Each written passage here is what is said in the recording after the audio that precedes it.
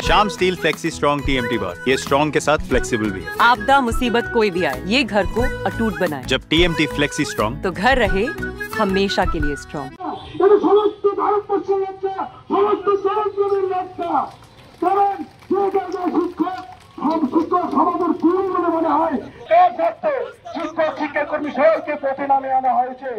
প্রত্যেকটি নাগরিকের কাছে আমার আবেদন, আপনারা অবশ্যই পথে নামুন, আমাদের সঙ্গে পথে নামুন। সবাইকেই দিতে হবে, সমাজের প্রত্যেকটি নাগরিককে দিতে হবে। কারণ আজ আপনাদের বাড়ির শিশুরা কি শিখলো, যে যোগ্যতার সঙ্গে চাকরি পাওয়া গেল, সেই চাকরি মানুষের করে তখন অবশ্যই রাস্তায় নামতে হয় এবং সেই অধিকার ছিনিয়ে নিতে হয়।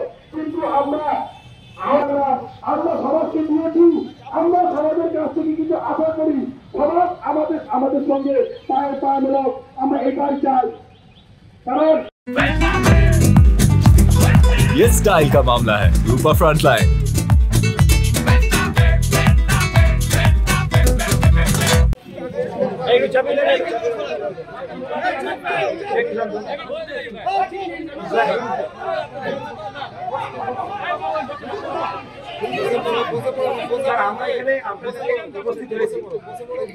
আমরা এখানে আছি যারা কোচবিহার ডিস্ট্রিক্ট এবং আলিপুরদুয়ার ডিস্ট্রিক্টে অনেকেই আছে যারা যোগ্য শিক্ষক, শিক্ষিকা এবং শিক্ষাকর্মী। যোগ্য কথাটা এই কারণেই বলছি, আমাদের এগেনস্টে ডিআই অফিস, সিবিআই বা আপনার অফিস আমাদের সাথে আছে, যোগ্যদের সাথে আছে।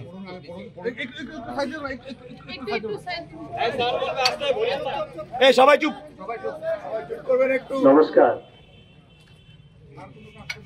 আপনারা আজকে এখানে সমবেত হয়েছে। ইস্যুটা আজকে শুধু আমাদের রাজ্যে নয়, সর্বত্রই ছড়িয়ে গেছে। বিষয়টা আমরা সবাই জানি। দুর্ভাগ্য যে আপনারা যারা যোগ্য তারা রাস্তায় বসে আছেন।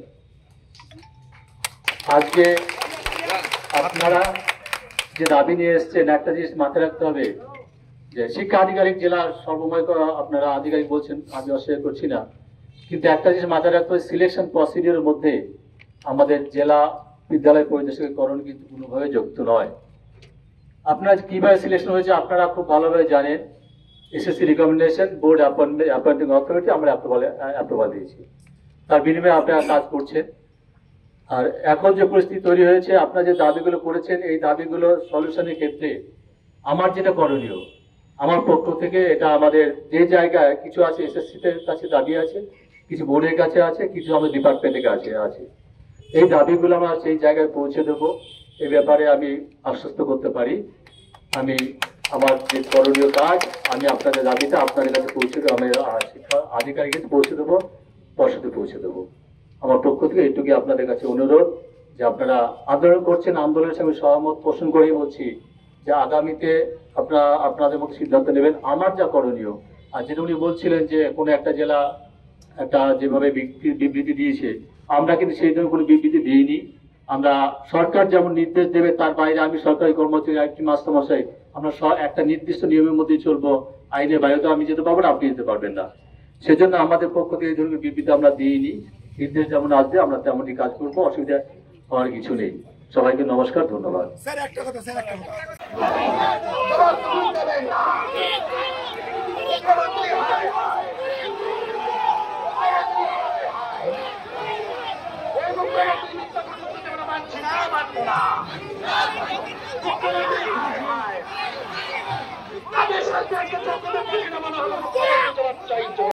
আজকের এই কর্মসূচি নিয়ে কি বলবেন, কেন?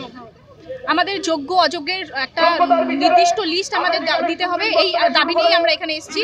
আর আমাদের এখানে ডিআই অফিস থেকে যেটা আমরা শুনলাম, টার্মিনেশনের প্রসেস শুরু হয়েছে, যাতে আমাদের টার্মিনেশন লেটার দেওয়া হয়, তারপর আমাদের সবকিছু আশা বন্ধ হয়ে যাবে। তাই আমাদের আন্দোলন করতে গেলে এখনই করতে হবে। মুখ্যমন্ত্রীর আশ্বাসে আমরা ভুলছি না, আমরা আমাদের রাস্তায় নেমেছি আজকে, যেখানে যেতে হয় যাব, যা করতে হয় করব। আমাদের যোগ্যদের লিস্ট দিতে হবে, সম্মানের সাথে আমাদের চাকরি ফিরিয়ে দিতে হবে, এই আশা নিয়ে আমরা এখানে এসেছি। সেটা আমরা জানি না কতক্ষণ চলবে, যতক্ষণ চলে চলুক, আমরা সময় নিয়ে ভাবছি। আমাদের সম্মান আমাদের আদায় করার জন্য আমরা এসেছি, সেটা আমাদের আদায় করতেই। আমার নাম সুতপা গোস্বামী, আমি ছিলাম নাটাবাড়ি হাই স্কুল।